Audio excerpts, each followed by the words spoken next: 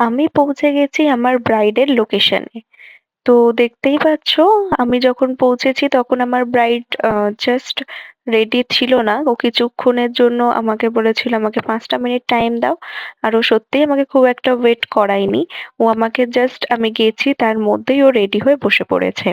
তো আমিও আমার টাইমটাকে একদমই ওয়েস্ট করিনি, কারণ ডেটটা ছিল 24শে জানুয়ারি।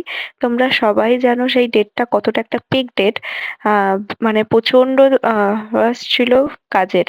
তো আমার ব্রাইডের পরও আমার অনেকগুলো পার্টি মেকআপ ছিল, কিন্তু লোকেশনটা ছিল একটু দূরে। তো সেই জন্য আমি একদম টাইম ওয়েস্ট করিনি, আমার মেকআপ করা স্টার্ট করে ফেলেছিলাম। আর এখানে দেখছো আমার যেহেতু বসার মতো টাইম ছিল না, তো আমার ব্রাইডও আমাকে এখানে বাই করার জন্য চলে এসেছিল। তো আমি একদমই টাইম ওয়েস্ট না করে আমার নেক্সট লোকেশনে চলে এসেছি।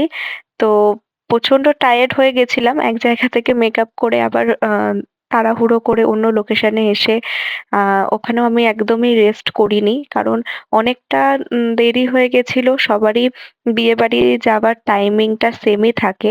তারপরেও আমার ক্লায়েন্টরা এতটাই পরিমাণে আমার সাথে কোঅপারেট করে যে দিদি তোমার হাতেই সাজবো, তোমার থেকেই আমাদের লুকটা নিতে হবে।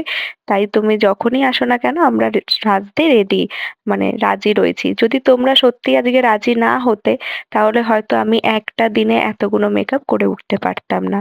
থ্যাংক ইউ সো মাচ আমার এত সুন্দর সুন্দর ক্লায়েন্টসদের জন্য। ক্লায়েন্টস নও তোমরা, আমি মনে করি তোমরা আমার পরিবারের সদস্য। হয়তো তোমাদের এতটা ভালোবাসার জন্যই হয়তো আমি একদিনে এতগুলো করে ক্লায়েন্ট করতে পারি।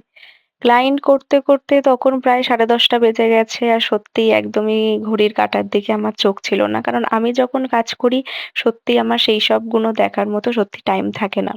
কারণ আমার কাছে প্রথম প্রায়োরিটি থাকে আমার মেকআপটাকে ঠিকঠাক টাইমে ঠিকঠাক ভাবে করার, আর আমার প্রত্যেকটা ক্লায়েন্টসকে বেস্ট লুক দেবার।